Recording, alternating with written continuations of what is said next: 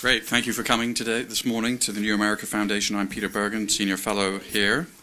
This is a great event. We're really happy that you can come. We have, as you can see, 12 papers about the Northwest Frontier Province, the province formerly known as the Northwest Frontier, and federally administered tribal areas. Catherine Tiedemann has been absolutely instrumental in making these papers work. Keith Sinzinger is a copy edited them brilliantly. Brian Fishman also did sterling work making these papers happen. Imtiaz Ali also, and you'll hear from both Brian and Imtiaz later. We're thrilled to be co-hosting this with Foreign Policy Magazine. Susan Glasser, the new editor of the magazine, will host the first panel. And Susan, over to you.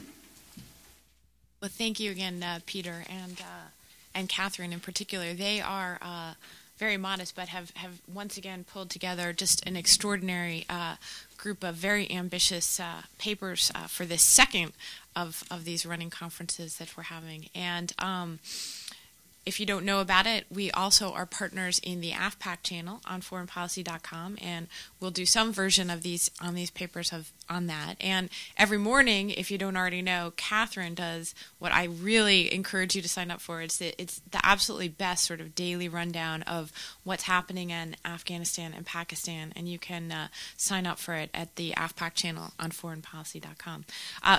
Without further ado, since we have a lot of stuff to get through this morning, I will go ahead and introduce our first panelists. We're going to start today with Hassan Abbas, who has written just a really terrific paper. I think most of you saw them outside, but you can pick up copies after the discussion if you didn't. Inside Pakistan's Northwest Frontier Province, the Political Landscape of the Insurgency. He is a professor at Columbia University and focuses on the politics, religion, and security of South Asia. He's also a senior advisor at the Belfer Center for Science and International Affairs at the Kennedy School of Government at Harvard, and is also a Bernard Schwartz Fellow at the Asia Society headquarters in New York. Before his academic career, Abbas served as a government official in the administrations of Prime Minister Benazir Bhutto and President Musharraf, and his deep experience has informed both his academic work and his more popular writing. His book, Pakistan's Drift into Extremism, Allah, the Army, and America's War on Terror, remains on bestseller lists in Pakistan and India today. I will let him go ahead and get started with a brief overview of his paper, and then I'll introduce our next panelist, Samir Lawani, because I want to make sure we have some time for your questions as well. Thank you very much. Hassan. Thank you very much. It's a great honor and privilege to be here. I want to begin with my sincere thanks for New America Foundation's team, led by Peter and Brian and Catherine, who helped me significantly in writing of the paper and in editing of the paper. I highly appreciate that support. I write for so many different magazines and journals, and it is rare that you get this kind of support in polishing your paper and in terms of ideas and guidance. Thank you, Peter. I don't want to go through many of the details in the paper because I want you to read it. And it's out there and it's also on the website. But what I want to do in about hardly 10 minutes or so, to talk about 5 general issues related to this, some of the themes that I've talked about in the paper also. And I actually plan to expand this into a book later as well. But the first point is to understand what is happening in Pakistan today. The nature and the context of the crisis. I think one way to look at that is also to study this latest report by United Nations on Benazir Bhutto's murder. The point why I'm referring to this is that, and this is related to NWFP also, because according to the report, which is one issue which I have not tackled in the paper, but which is very relevant, that according to the local law enforcement and now substantiated by this report, UN report, the Pakistani law enforcement and Pakistani intelligence arrested people, investigated, interrogated them and they reached a final conclusion and decision that yes, these 3 people were involved in Benazir Bhutto's murder. All 3 of them were from Northwest Frontier Province, according to this report, which actually UN has said that the final conclusions of this this Pakistani law enforcement report are, they have not said it's a fraud, but they have said something close to it.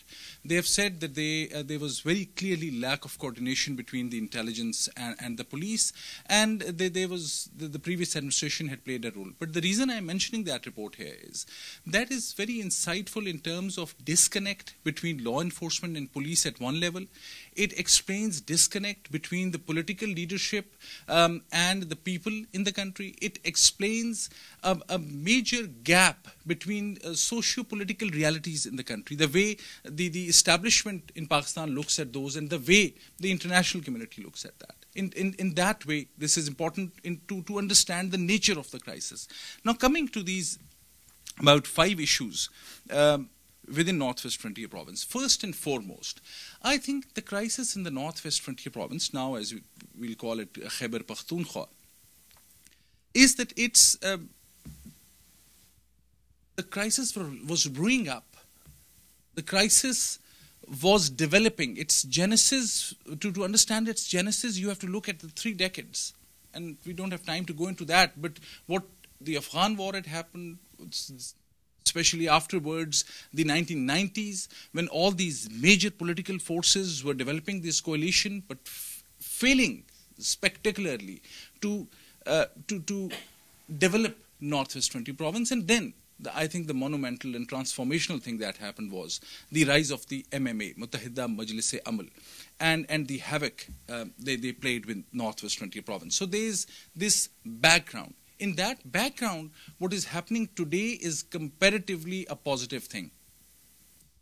You'll only understand the positivity of what is happening today if you look at this last 30 years, and especially last 7 years of MMA, when some religious hardliners and hawkish elements were installed in bureaucratic positions, when the government of the MMA wanted to impose its very dogmatic, narrow-minded, extremist worldview on the people in NWFP, and no one was able to challenge them except Supreme Court at that time for a brief time.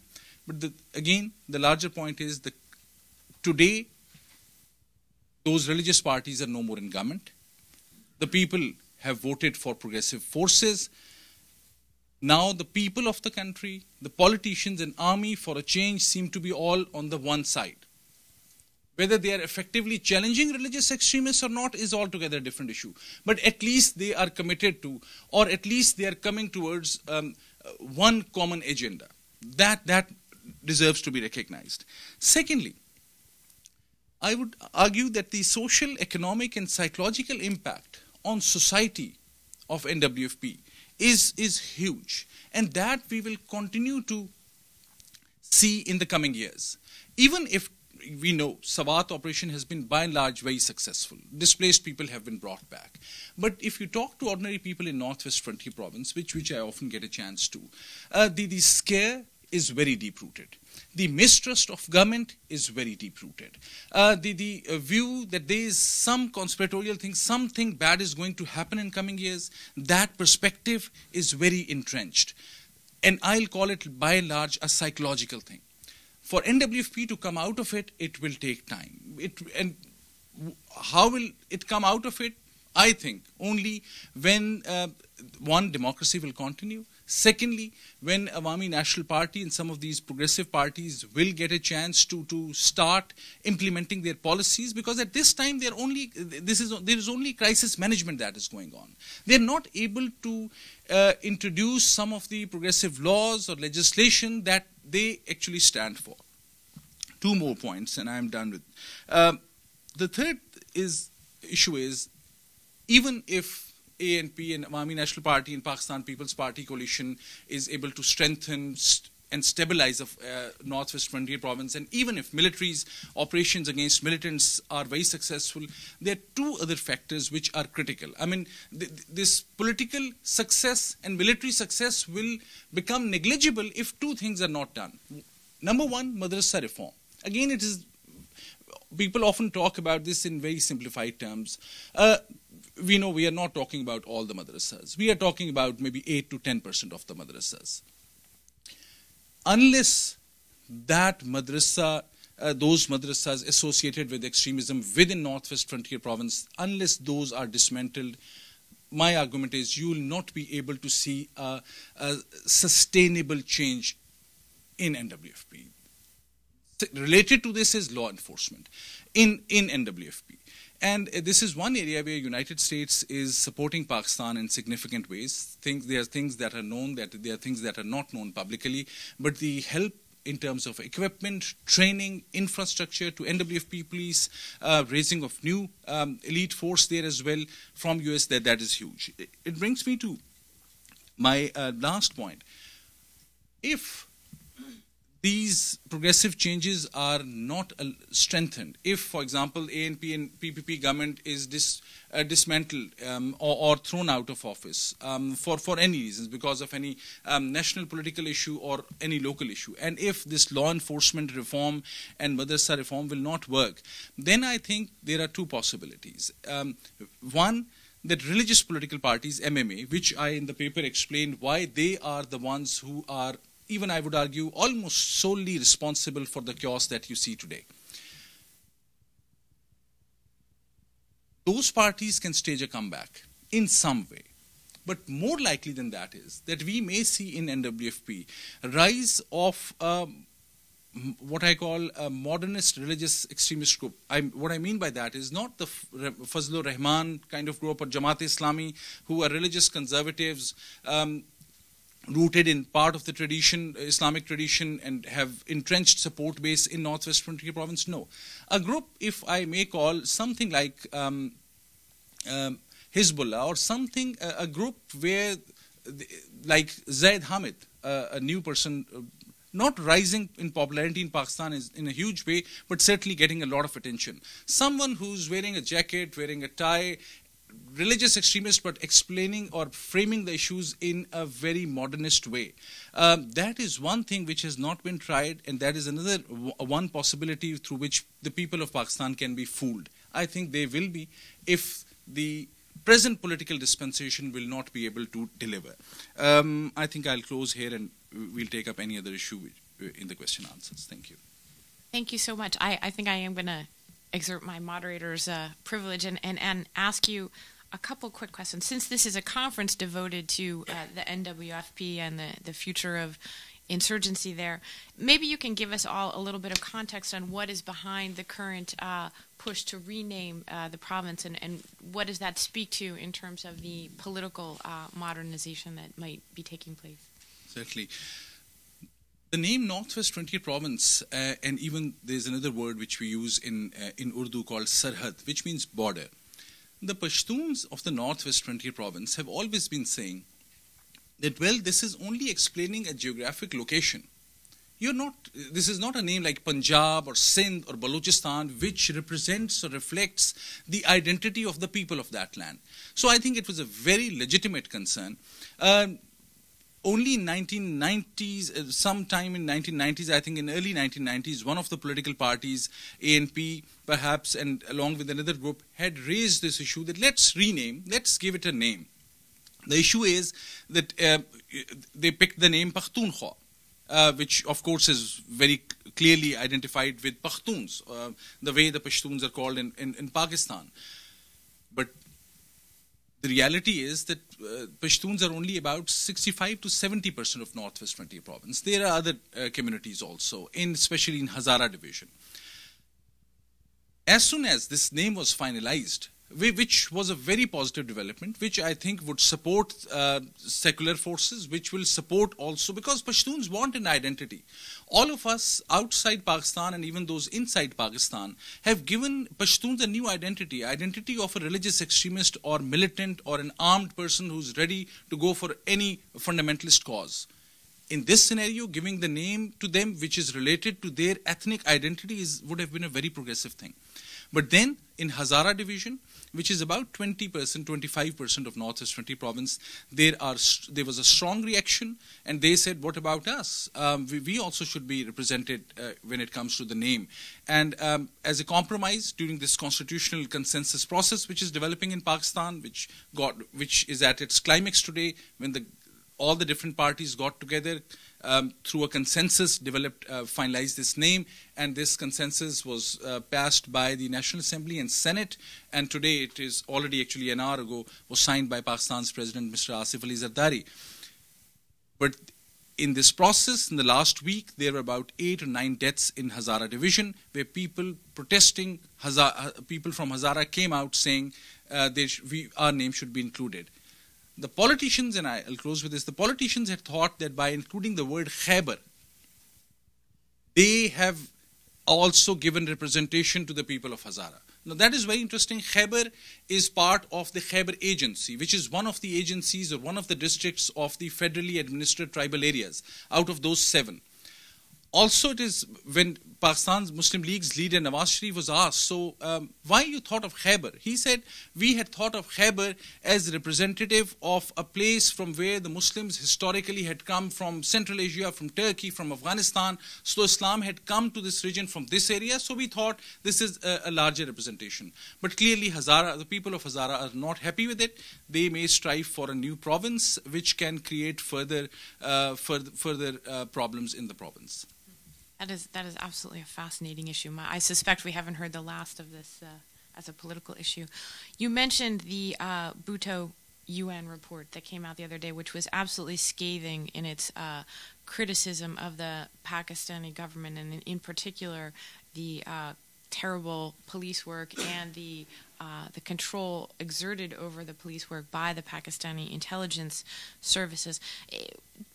Does that account ring true to you? I mean, obviously there's a lot of details that you weren't privy to, but tell us a little bit about the context for this report, and whether Pakistan will simply sort of unite around, defending against criticism, or whether this could play any kind of constructive role. I think this issue as well as this report will play a constructive role. Within Pakistan, they are still trying to find out who had killed the first Prime Minister of Pakistan, Liaquat Ali Khan, in whose name that place was named where Benazir Bhutto was shot and killed, in Liaquat Bagh in 1951. Then there's more understanding and knowledge about Zulfikar Ali Bhutto's hanging. But about Ziaul Haq's plane, people are making a lot of money writing books on who killed Zia. And I guess someone must be writing a fascinating book on who killed Benazir Bhutto. This is very critical for a couple of reasons. One, because of, I would even argue, US-Pakistan relations. Secondly, it is crucial because to defeat conspiratorial thinking in Pakistan.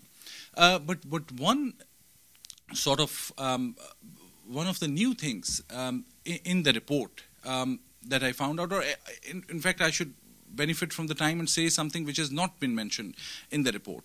As soon as Benazir Bhutto went back to Pakistan, some of the former generals, General Aslam Beg, General Hamid Kul, and some others started giving statements against Benazir Bhutto, saying that she is here on they said she's back in Pakistan on behalf of the CIA or the US government. They created such a negative image about Benazir Bhutto, which created an environment which allowed religious hardliners to target her. And that is one issue which is not being mentioned neither it is mentioned in detail in the report, because yes, we need to find out who was behind the trigger, who was thinking about it, who was involved in the cover-up. And all these things there's some very good hints in the report. But what needs to be looked at also is the environment. Because in those days, the first 3 months of Benazir Bhutto's return, she was discredited. And I remember having this argument with actually one of the leading officials in the Bush administration then, saying that why have you pushed Benazir Bhutto to join hands with Musharraf, a dictator who's losing support? The dictator his ship is sinking anyhow. And you have pushed Benazir Bhutto to join hands with her, and she's representative of Pakistan's largest political party. In the process, she'll get discredited as well. And he said, no, it is just in the air. There's no written deal or such a choreographed thing. It is just that we are helping her, but not in any significant ways. There's no deal. But in Pakistan, some of these former generals, some of these hawkish elements within media created a very negative environment. Benazir Bhutto's assassination never came as a surprise in Pakistan. I remember many discussions with friends, and I'm sure there were so many other discussions on the subject, where Pakistanis were saying, who are knowledgeable and who understand, where she was crossing the red lines of the military, of intelligence, of so many other things. People were saying openly, a month before her assassination, that she's gone, she's dead.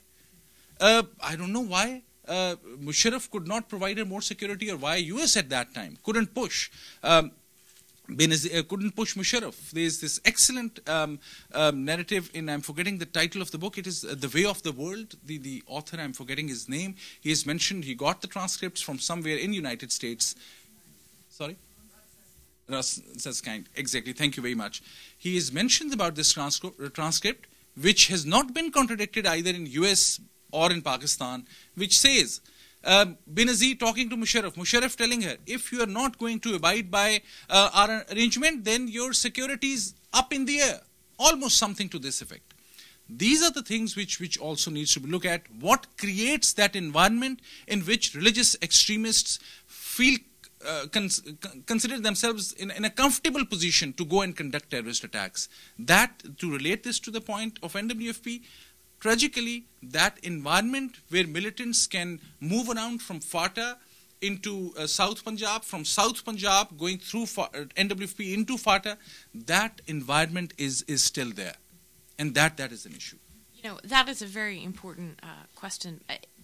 Related to that, though, the specific account in the UN report is of a just extraordinary failure by the police in Pakistan. And given your own experience, I'm curious what you think about that. You know, does that speak to, you know, some kind of orders not to conduct a thorough investigation? I mean, is that actually typical at this point of what you would see in response to a political assassination? There was a huge cover-up, and police in Pakistan is, other than being ill-equipped, ill-trained, and ill-resourced, Other than that, they also are often under tremendous pressure. Perceived or real is another thing. They are under tremendous pressure from the intelligence agencies.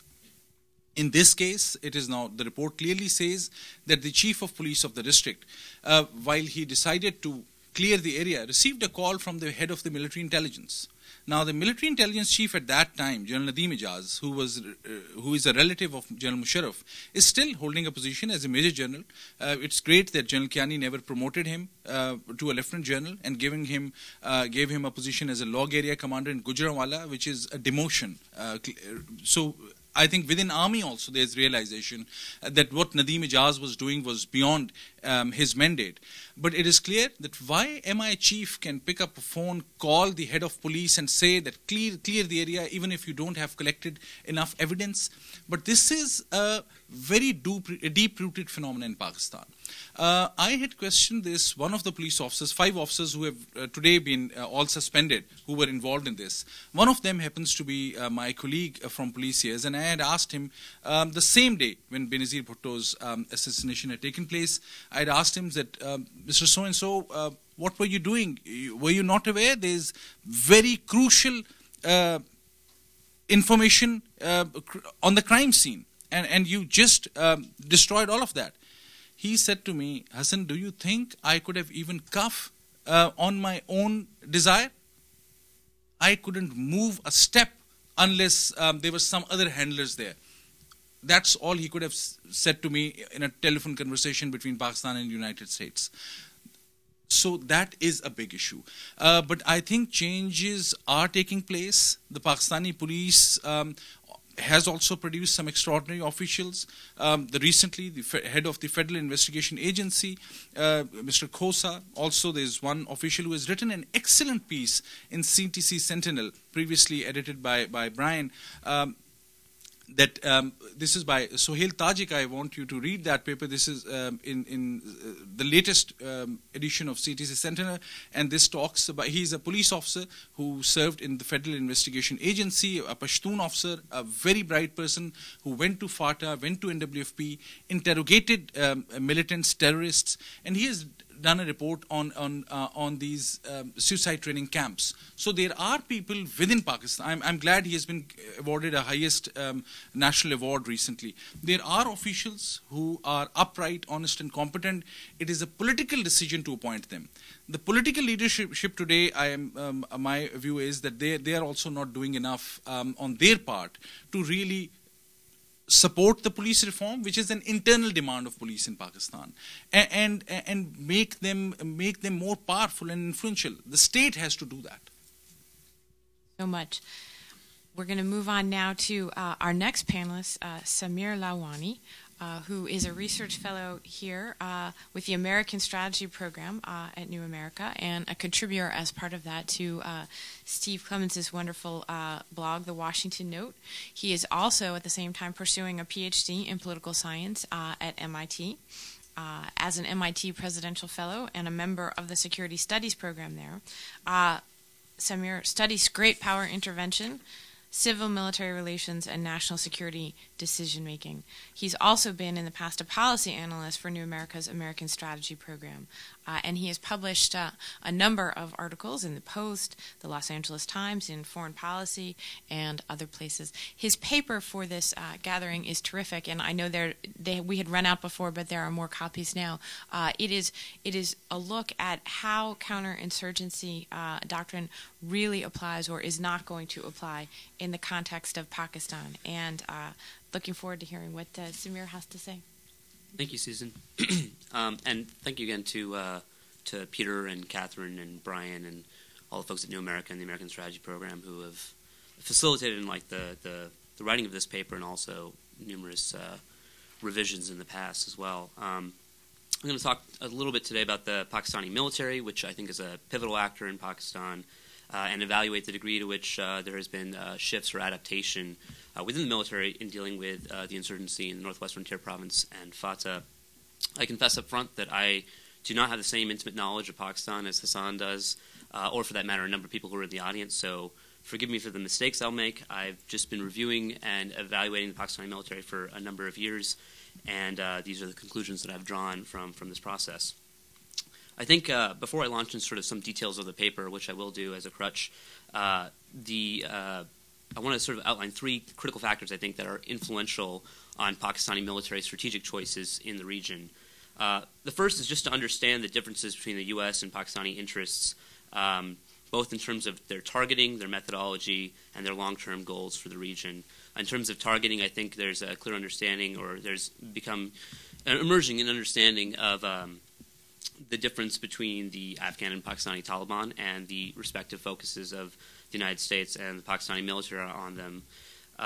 In terms of the different methods, I think the United States has clearly sort of moved towards this hearts and minds counterinsurgency strategy that's outlined in U.S. Army Field Manual 324. But that contrasts a little bit with the Pakistani approach, which has not necessarily been crystallized in a doctrine or a sort of a written documents, but is largely a function of like low intensity conflict that focuses on conventional attrition. That sort of difference stems from limits in capabilities and threat environments, which I'll get into a little bit more.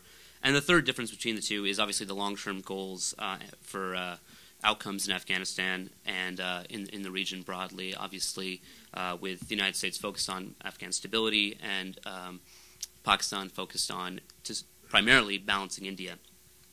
The second sort of factor I'd say as sort of the driving strategy in Pakistan is constraints, and they can be sort of explained in two basic terms. The first is resources, and that's the resource allocations on the eastern border versus the western border. And the second is doctrine. Doctrine that's been oriented around balancing India for quite a while, not just on the eastern border, but also the western border. And doctrine tends to structure organizational incentives and barriers to adaptation, so that becomes pivotal in determining the Pakistani strategic outlook. The third influence I'd say that's very important to bear in mind is Pakistan has tremendous operational experience with counterinsurgency over the course of its history, stemming back to the operations in East Pakistan, which is now Bangladesh, Baluchistan on numerous occasions, but two major campaigns, the first one being in the 1970s, in Karachi against the MQM, which is more of an urban insurgency, and the NWFP in the 80s and most recently. Pakistan also has experience supporting insurgencies in Afghanistan and Kashmir. And because of that, it has an understanding of the goals and tactics of insurgents, which is usually a critical barrier for states to understand in terms of developing counterinsurgency doctrine.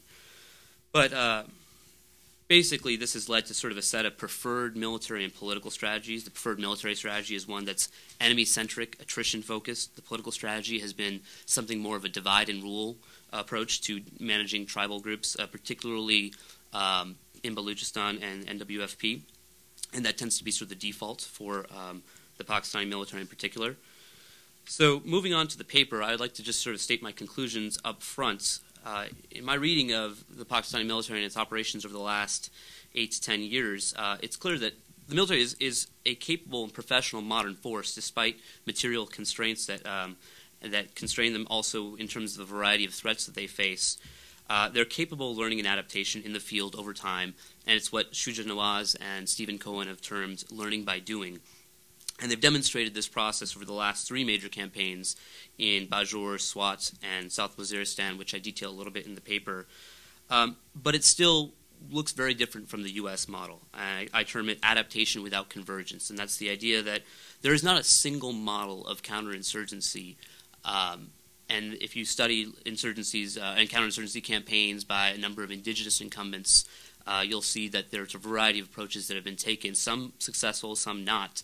But the notion that there's going to be a convergence towards a particular model outlined by U.S. Field Manual 324, I think, is unlikely to occur. In terms of the brief background of the Pakistani campaigns from 2002 to 2006, the military strategy was largely, as I said, enemy-centric, attrition-focused, characterized by heavy artillery, large-scale units, air power, simply attempting to overwhelm militants in the tribal regions in the northwestern frontier province.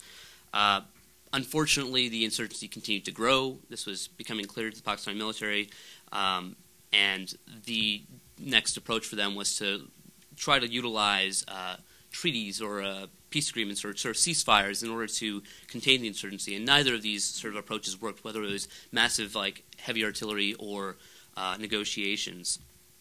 So they moved to a different sort of model, which I detail around late 2008, early 2009. Before we get into sort of the specifics of that, briefly, I think most people in the room, or perhaps in these who are discussing these issues, are broadly familiar with the simple premises of counterinsurgency theory as outlined by the U.S. military field manuals. We use these terms a lot, but basically it seeks political over military solutions, population security over enemy targeting, ground forces over air power, and small rather than large force deployments for missions like patrolling, intelligence gathering, and development assistance. There's a lot of obstacles to this transition. I detail them again in the paper. I won't go through them. But obviously there are a lot of, as I said earlier, organizational incentives that structure a particular preference for whether or not to adapt to this. And most militaries face these obstacles, whether it's the U.S. military, like a very developed Western military, or whether it's a Pakistan military, the Thai military. There's a lot of studies that have detailed this organizational lag and adaptation and obstacles facing that.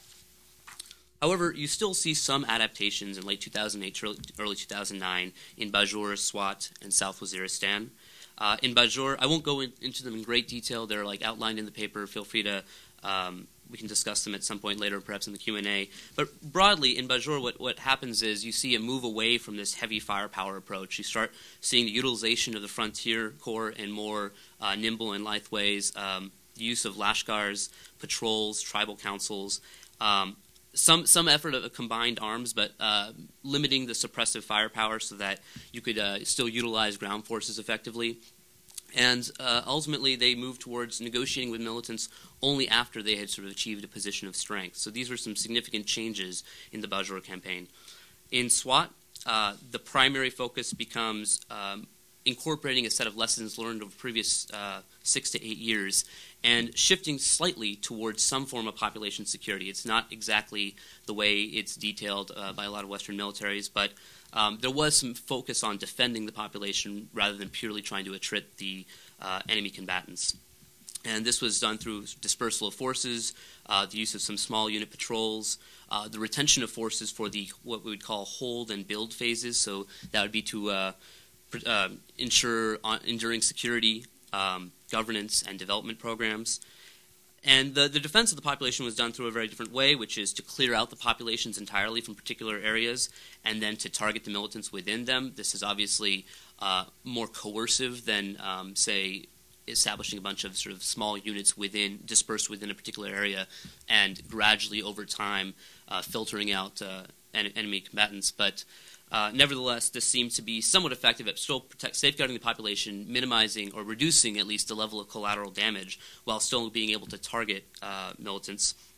It obviously creates a number of problems that need to be addressed, like the problems of resettlement of IDPs, but that's part of the ongoing process. And I'd say just briefly on the South Waziristan campaign, what was really innovative about it, besides upping the force levels and using the regular military rather than the purely the frontier corps, was some political innovations. The first being sidelining two of the tribal groups so that it could focus exclusively on Batila Masood's camp.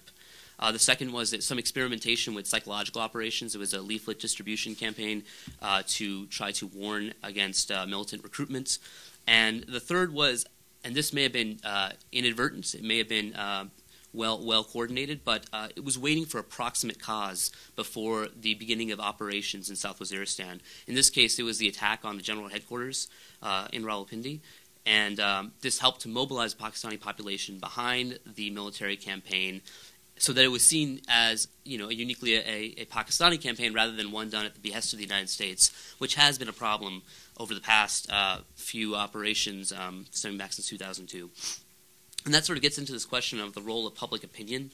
I think there was a lot of discussion last year around like the spring to the summer of 2009, suggesting that public opinion in Pakistan had turned dramatically, was willing to sort of combat militancy throughout the country, and that there was going to be a convergence to U.S. interests in the region. There was a lot of excitement about that. I think there has been generally a trending towards moderation, but at least, and I'm no polling analyst, but the polls that I've looked at, both from the United States as well as from Pakistani polling outlets, suggest that while there is some willingness to challenge militant extremists, and there's a greater support for that and concern about the rising militant threat, there is still tremendous opposition to cooperation with the United States, and that poses some obstacles to how Pakistan's strategy will sync up with U.S. strategy in Afghanistan. There's still, obviously, a tremendous focus on the economy as sort of the primary issue that motivates the public. And there's some really interesting evidence which Chris Fair and Jacob Shapiro have uncovered, which is still preliminary, but suggests that the support for militancy is actually not just an urban phenomena, but one that has some strategic calculations and is not simply sort of a knee-jerk reaction from rising Islamism or poverty or any of the other conventional drivers that have been associated with militancy. And those are basically the things I want to say. We can get into some Q&A on the role of civil-military relations and how that's affected strategy as well, but most of it's in the paper as well. Amir, thank you so much. You mentioned that there was a real turn in the approach of the Pakistani military in 2008. What do you think is the reason for that? Was it finally sort of listening to pressure from the U.S.? Was it a change in public opinion? Was there some decisive moment, do you think, or was it more a gradual phenomenon? Well, people have pointed to the decisive moment being sort of this event back in March of 2009 when there was both sort of the incursions of the militants like 60 miles away from Islamabad, but also sort of the frustration with what the TNSM has been doing in Swat Valley, which was supposed to be a more developed, civilized place, and suddenly this has sort of fallen prey to militancy. But I think there are actually sort of more structural drivers for the shift, and I think the shift happens actually in late 2008, early 2009. First, it's just sort of the gradual accumulation of knowledge. Most organizations, after a period of time, when faced with sort of a series of failures, can figure out what's wrong with their approach. And you saw this with the reporting of junior officers being brought into sort of the decision-making cycle and helping to sort of drive like lessons learned from the field and how to incorporate those into the sort of best practices for the military as it sort of proceeded. And so I think it was essentially a degree of learning that was taking place and listening to sort of a set of junior officers that had been brought into the cycle. And obviously I think there are some proximate political causes for it, but I think this was sort of the pivotal pivotal factor. I think Peter will give us the first question. Afghanistan.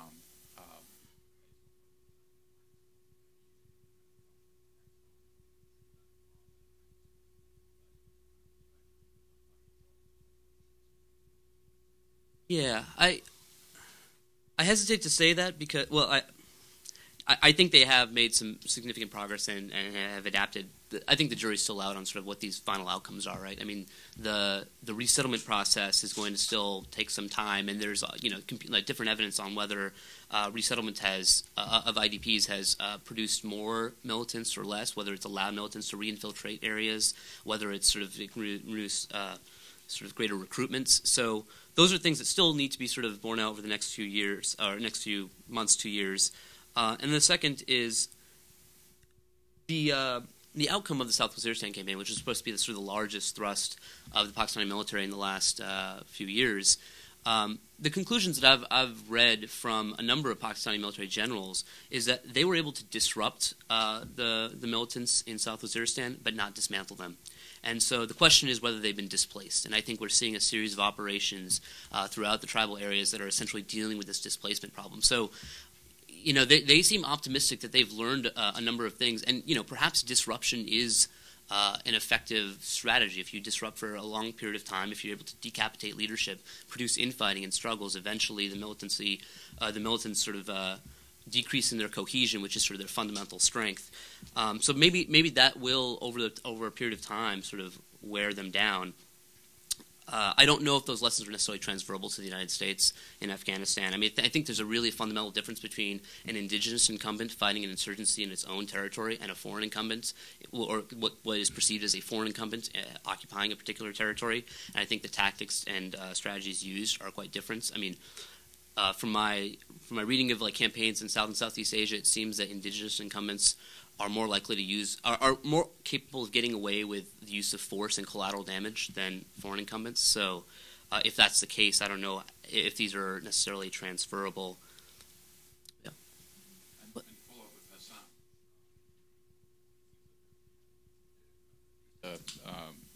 A clear and hold in many of these operations, but almost no build. I mean, can you comment on? One reason, of course, is that though in the U.S. context we often hear about this clear, hold, and build, I think nowhere in the world militaries are capable or trained to build. Even if it is in the United States, I think NATO and ISF and US will not be able to build. If only military or armed forces are used for that purpose, irrespective of its.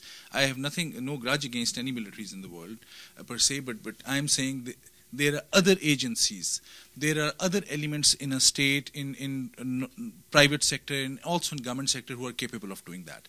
In case of Northwest Frontier Province, you're right, they have cleared it.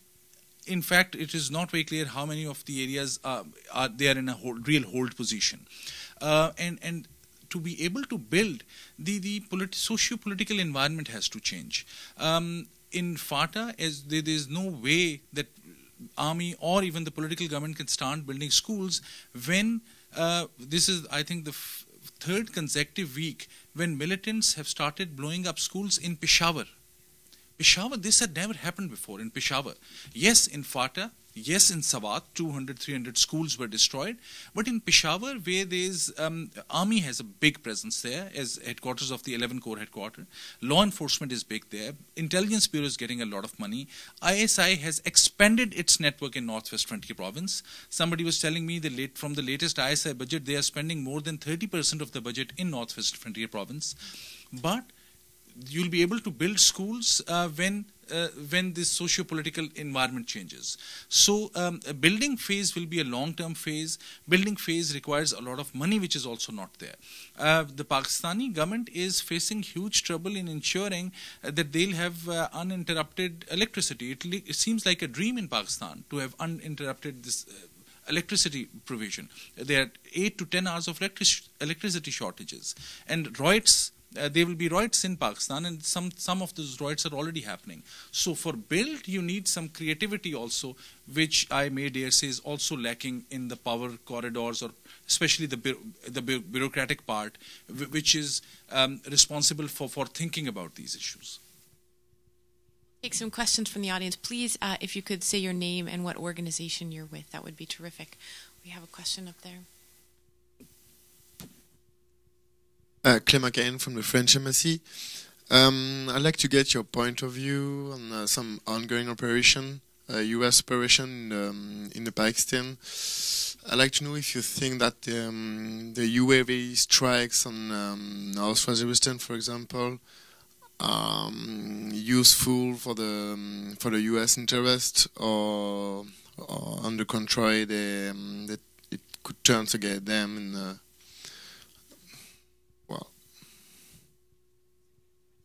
Sure. I can comment at least on sort of the short-term like military impact, and then maybe Hassan has some comments on the political fallout of it. But I think in the short term, leadership decapitation, which is sort of the term that we use for the UAVs, are targeting primarily sort of ranking leaders. It's not just sort of random Taliban elements of any sort.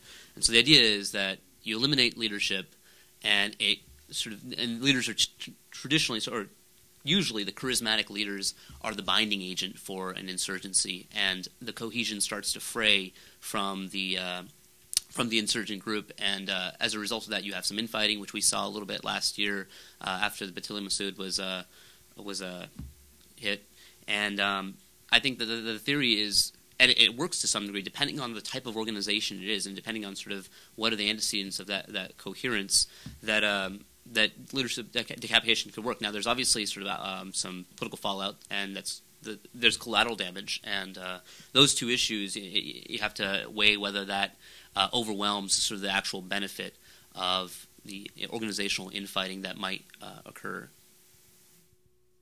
About the politics of it. The politics, and just one point about even the military side of things. The people of the region, especially FATA and NWFP, will be more convinced about the effectiveness of U.S. policy, especially in terms of these drone attacks, when they will routinely know who was the person killed. Whether, and this is often heard, we often hear after the event that number 3 of Taliban or Al-Qaeda was killed. And that's often the first time when we are hearing the names of those people. There is a lot of controversy. Who is the neutral body which is giving the judgment? The person I'm taking a shot at something and I'm saying, okay, yes, I hit that exit button. But there are people who are there as well who will be able to say whether that has happened or not. So I'm not ready to buy what the person who's shooting is saying, or the person who are the parties related to that, or will have interest on the ground. Any third party will tell us out of the 10 hits how many are working. I hope it is working. I hope al-Zawahiri or Osama bin Laden are hit by these drone attacks. But that has not happened yet. And related to this, there is then a political fallout.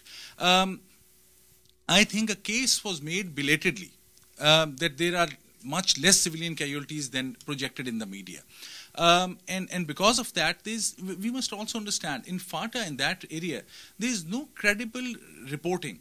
There are very few journalists on the ground. It is often from telephone from one person.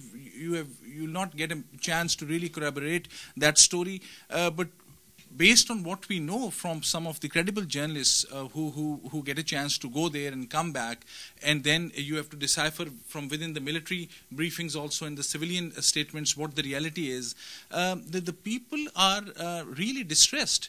In that kind of, which I had mentioned as the psychological impact, in that distress, I doubt if they are thinking in any positive terms about U.S. or U.S. presence in Afghanistan or about Pakistan military's operations in those areas. There is also a huge lack of coordination among all these forces.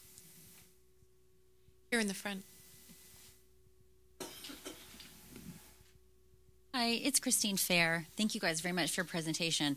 A couple of thoughts about the Pakistanis. I really don't even like to call it counterinsurgency. They're really, as you said, they're doing low-intensity conflict. The interesting thing is, despite their previous histories with LIC, they don't institutionalize their lessons learned. In the piece that Seth Jones and I did for Survival, I went through decades of Pakistani military journals. And it's impossible to pick up a U.S. military journal or a British military journal without seeing an obsession with what's going on in Afghanistan and in Iraq. The Pakistani military journals are absolutely silent about any of its operations. And so it's quite interesting that the military doesn't know how to represent what it's doing to itself and to others. And I suspect strongly that it also hasn't institutionalized these lessons learned within the command and staff college as well as at the NDU. And I think it's also different than the Balochistan insurgency for the following reason, that the Baloch are about 5% of the population. They have no substantive representation in the National Assembly. And for most people in Pakistan, the Baloch are really far away. So they could hammer away, they could introduce air power with impunity. But you have a very large percentage of Pashtuns in the Pakistan military. And I think one of the more interesting questions looking out is that up until 2004, 5, 6, the first unit casualty would have likely been sustained fighting Indians. That may not be the case anymore. And then secondarily, on the public opinion issue, I'm glad you raised this because the Americans have these really silly binaries that are largely fake, that if they embrace their war on terrorism, they embrace ours. And in fact, with the polling in Pakistan, certainly the stuff that Jacob and I have done, we've done 3, 4 polls now, they're becoming less opposed to military action, not more supportive of it, and they're becoming more opposed to peace deals, not completely rejection of those peace deals. So what you see in the Pakistani public opinion is, in fact, there's many public opinions. When we break it out by province, what folks are experiencing in NWFP is very different from what people are experiencing in the Punjab. And that's probably an artifact of the degree of proximity to the violence. So I would encourage folks to not think about Pakistani public opinion, that in fact there are many Pakistani public opinions that we have to be very nuanced in dealing with. Thanks so much for those comments. Do you want to respond?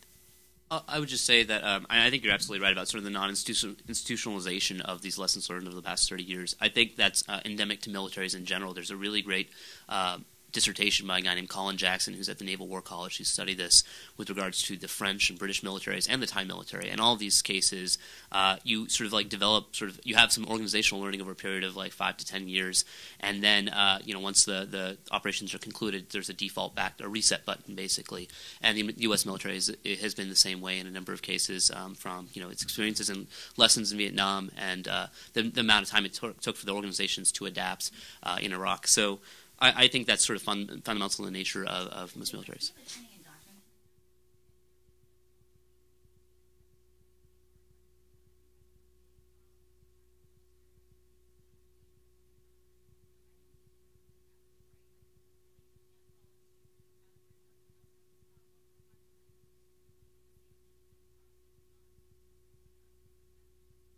Okay, sure.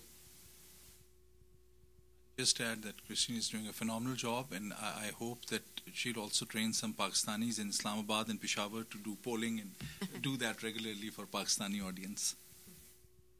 Okay, we'll take a couple more right here. Thank you. My name's Ken Baer. I was with the PRT in Afghanistan in 2008. And can you hear me okay? One of the huge challenges we face in the U.S. military is translating counterinsurgency doctrine from the senior leadership to soldiers and non-commissioned officers on the ground. Because ultimately it's the soldiers on the ground who actually have to execute missions, and they're usually the ones with the small arms that cause civilian casualties. So I'm just curious how you would rate the Pakistani military and paramilitary forces as far as translating senior level concepts about counterinsurgency or low intensity conflict to the soldiers and non-commissioned officers on the ground. Thank you. Much strategic versus tactical guidance being given to? Sure. I mean, there's not a tremendous body of evidence to sort of indicate one way or the other what's going on, but from what I've read, it seems actually the process is reversed, where there's sort of a lot of bottom-up information being transferred up to the senior leadership that has caused some adaptations in sort of like force structures, in terms of the forces deployed and where. And these sort of lessons learned have occurred sort of at the lower sort of officer level, so the captain through colonel, as opposed to senior leadership disseminating or promulgating sort of like a set of a new doctrine and sort of sending it down the ranks and saying this is how we're going to fight militants. So I think there has been learning from the bottom up. It's just a matter of whether they can square these lessons and sort of the changes that are required with other operational needs or other conventional needs. Like the Pakistani military still needs to maintain a certain level of forces, or believes it needs to maintain a certain level of forces on its eastern border, and it still needs to maintain a certain level of training for those forces. And sometimes the training requirements can be very different. And I think the U.S. military is experiencing the same sort of strains where they're talking about expanding the size of the forces because they don't feel that they can necessarily be prepared for a full-scale conventional fight as well as the sub-conventional fights as well. I think we have time for one more. We'll try to get someone in the back there. Yes. Lady. Sorry. Thank Hi, you. I'm Azmat Khan from the Council on Foreign Relations, and I want to go back to this question of public opinion, and I'm really glad that Chris Fair raised the point about diversity across different provinces. I'm interested in that change in early 2009, because many attributed some of that to a video, the Swat flogging video, and I was working in Pakistani media at the time, and so perhaps my sort of perceptions of how influential it was were very informed by working in media, but some say that it was very pivotal in bringing that support for military operations in Swat. And I guess now it's been discovered that that video may not be real, that it may have been faked. And I'm sort of interested in getting your perceptions on whether or not, finding out a video like that is not real will have an effect on how much people support military operations, especially given the fact that here in the U.S., when people talk about counter propaganda communication strategies, they reference that video. What sort of an effect will that have? Briefly, I can add, yes, there was a news item that video was not authentic, which was not much discussed except by a couple of very hawkish talk show hosts. But I do remember, I was in Pakistan at that time, and I remember that the real difference was made in my assessment in NWFP was when Sufi Muhammad, the head of the Tehreek-e-Nifaz-e-Shariat-e Muhammadi TNSM, when he went back after the deal, and he made a statement. I had a conversation with the leader of Jamaat-e-Islami in Peshawar, which I think is reflective of what happens in NWFP, and I'll just quote him. When Sufi Muhammad said, democracy is un-Islamic, women cannot go out on the streets except in extreme medical emergency. He said a couple of more things as well. He said, yes, I would like to expand my Sharia model to the rest of Pakistan if people are with me. I think that had a huge effect, a huge negative effect. And this Jamaat-e-Islami leader said to me, we never thought that this is what Sufi Muhammad thought about his worldview. Even a religious conservative group was stunned by that. I think that had a much more impact in telling people that what they are thinking in terms or seeing in terms of this Nizam-e-Adl, the system of justice, is something much more, and this is not acceptable. So yes, these kind of developments, whether that was the flogging video or this statement, make a difference. But it was Salim Safi, a Pakistani journalist, who decided to who very smartly and intelligently went to Sufi Muhammad. I think he exactly knew what Sufi Muhammad had said. He interviewed him, showed it on Geo television, and that made an impact. Samir, do you want to finish up with anything? I'm less familiar with sort of whether that was the real video or not. I think though that public opinion has been shifting for a variety of reasons. That video was used sort of to as a demonstration for a lot of things that were shifting. But the number of suicide bombings that have taken place throughout the country and in urban areas targeting civilians, I think those are driving public opinion in a particular direction and sort of raising sort of the saliency and the concern of militants in the region. So I'm not sure if the revelation of this is going to alter that concern. I want to thank you all for your questions. We'll have a second full panel in just a few minutes. Thank you. Thank you so much.